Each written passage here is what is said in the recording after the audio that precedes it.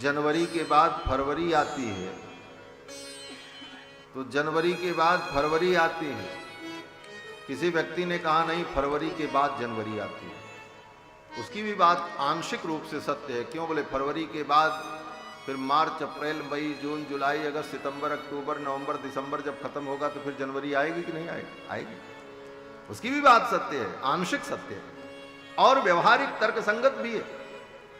और जो व्यक्ति ने कहा जनवरी के बाद फरवरी, बोले भी सही है, क्योंकि ये चक्र जो है ना, ये काल चक्र, संसार चक्र, ये सब कुछ चक्र है।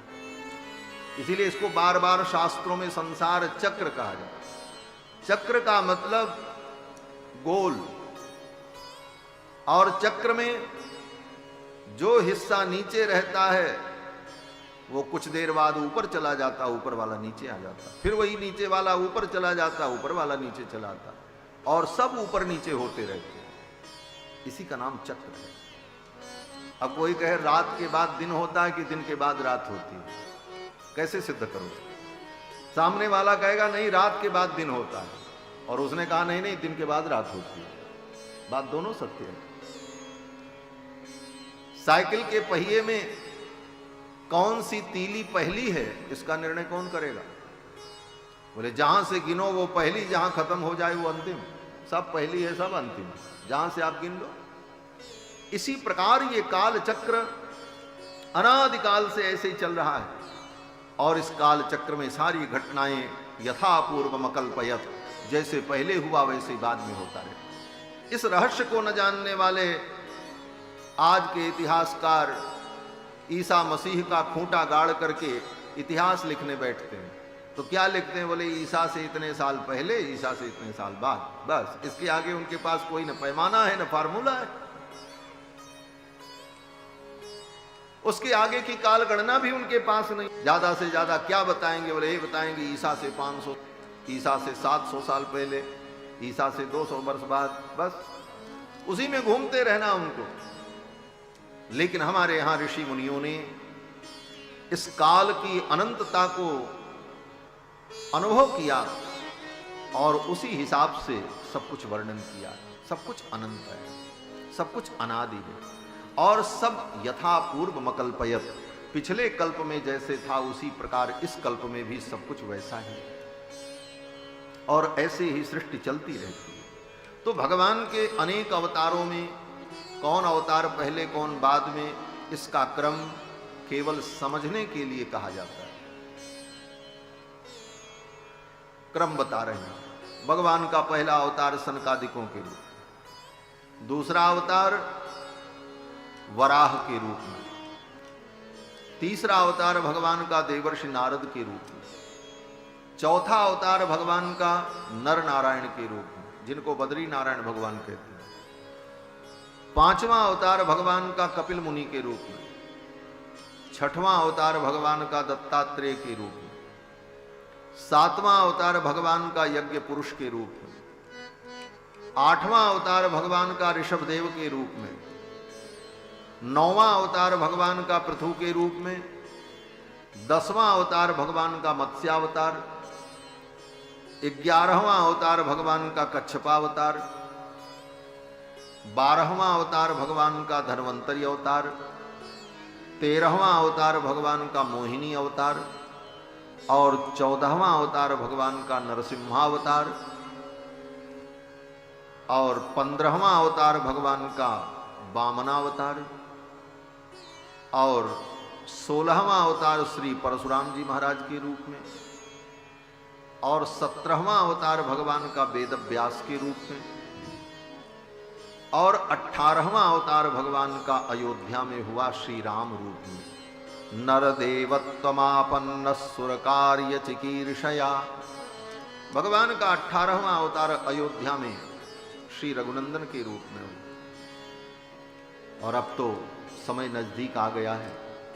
आने वाली 22 जनवरी को भगवान श्री सीतारामचंद्र जी अपने निज मंदिर में विराजमान होंगे। ये हिंदू समाज के लिए, राम भक्तों के लिए महागौरव का विषय, महान गौरव का विषय। 500 वर्ष की लड़ाई के बाद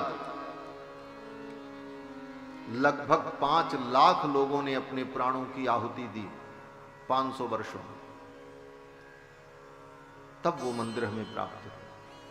और इससे एक बड़ी आशा बंधी, 500 वर्ष पूर्व जो चीज हमारी चली गई थी उसे लड़ करके हमने प्राप्त किया है, और जो कुछ गया है समय आने पर हम सब प्राप्त करेंगे, सब मिलेगा। बस अपने धैर्य को धारण करने की आवश्यकता है और न्याय के मार्ग से आगे बढ़ने की आवश्यकता है। और सच पूछो, हम आप बड़े सौभाग्यशाली हैं। हमारी आपकी कितनी पीढ़ियां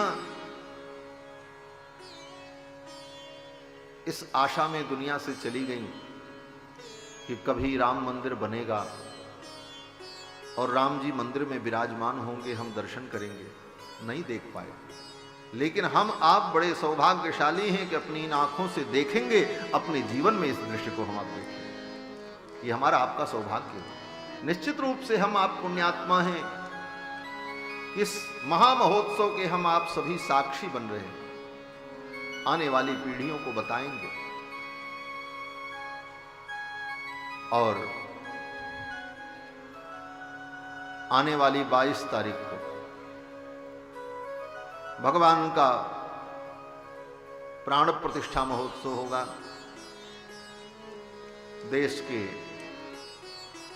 माननीय प्रधानमंत्री श्री नरेंद्र मोदी जी उस उत्सव में पधारेंगे और सभी संत महात्माओं के नेतृत्व में, आचार्य विद्वानों के नेतृत्व में वेद मंत्रोच्चार पूर्वक भगवान की प्राण प्रतिष्ठा होगी। भक्त लोग दर्शन करेंगे। भीड़ तो बहुत बड़ी होगी, अभी से सब तैयारी चल रही। सब लोग चाहते हैं कि हम भी अयोध्या जाकर के उस दृश्य के साक्षी बने, परंतु सबका पहुंच पाना संभव नहीं।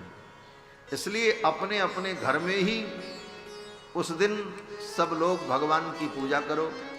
आपके आस पड़ोस में जो मंदिर है उसी मंदिर में उत्सव मनाओ, हवन करो, रामायण पाठ करो, अखंड कीर्तन करो। और उस दिन अपने अपने घर में दीपावली मनाओ। द्वार पर अपने कम से कम 11 दीपक जरूर जलाओ और कीर्तन करो, भगवान का भजन करो, उत्सव मनाओ, शोभा यात्रा निकालो, जो भी शुभ कर्म करना है। और टीवी के माध्यम से, सोशल मीडिया के माध्यम से उस दृश्य को आप अपने अपने घर में बैठ करके देखो। और जब ये कार्यक्रम पूर्ण हो जाए 22 जनवरी को, उसके बाद आप अयोध्या पधारो और अयोध्या में आकर के राम जी का दर्शन करो। और उसके बाद एक शुभ सूचना कि 22 जनवरी को भगवान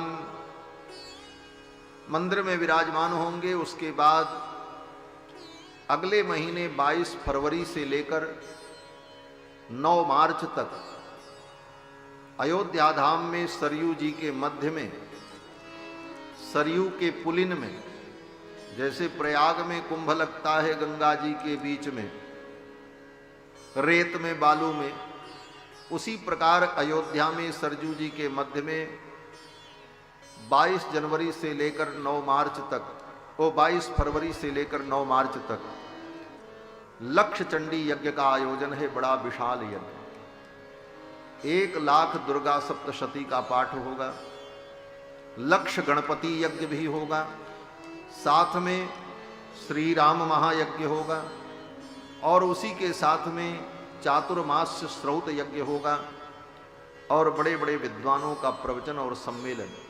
ये बृहत् कार्यक्रम 1500 विद्वान ब्राह्मणों के द्वारा एक ही मंडप में बैठकर दुर्गा सप्तशती का 1 लाख अनुष्ठान होगा 22 फरवरी से लेकर 9 मार्च तक। और उत्तर प्रदेश के माननीय मुख्यमंत्री श्री योगी आदित्यनाथ जी उसका उद्घाटन करेंगे। ये बृहत् कार्यक्रम तो राम जी के मंदिर में विराजमान हो जाने के बाद ये आनंद उत्सव अयोध्या में चलेगा। आप सब लोग पधारो, उसका दर्शन करो और मंदिर में विराजमान भगवान का दर्शन करो। और ये विशाल यज्ञ बड़े ही प्रयास के बाद और बड़ी ही योजना के बाद